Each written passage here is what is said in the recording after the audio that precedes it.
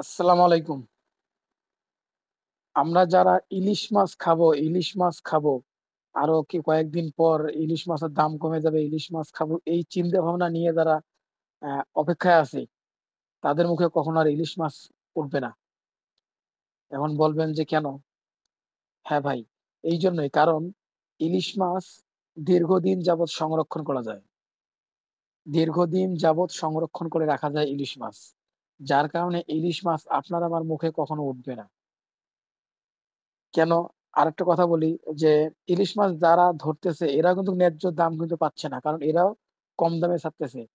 কিন্তু অসাধু কিছু যে ব্যবসায়ী আছে, যে ব্যবসায়ীগুলো সমস্ত ইলিশগুলো কিনে স্টক করে বরফ দিয়ে স্টক করে রাখে দীর্ঘদিন যাবৎ।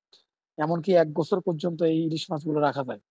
যার কারণে এই ইলিশ মাছ এরা সংরক্ষণ করে রাখবে আর ধীরে তারা অফ সিজনে ধীরে তারা বাজারে ছাড়বে। তার মানে কি? দাম কিন্তু আর কমতেছে না। ইলিশ মাছ বাড়বে। কিন্তু ইলিশ মাছের দাম কম দামে আপনি কিনে খাবেন, এটা কখনো আপনার ভাগ্যে জুটবে না, আমার ভাগ্যে কখনো জুটবে না। অতএব এটা নিয়ে কোন চিন্তা ভাবনা করে লাভও নাই, কোন আশা করে কোন লাভও নাই। ঠিক আছে?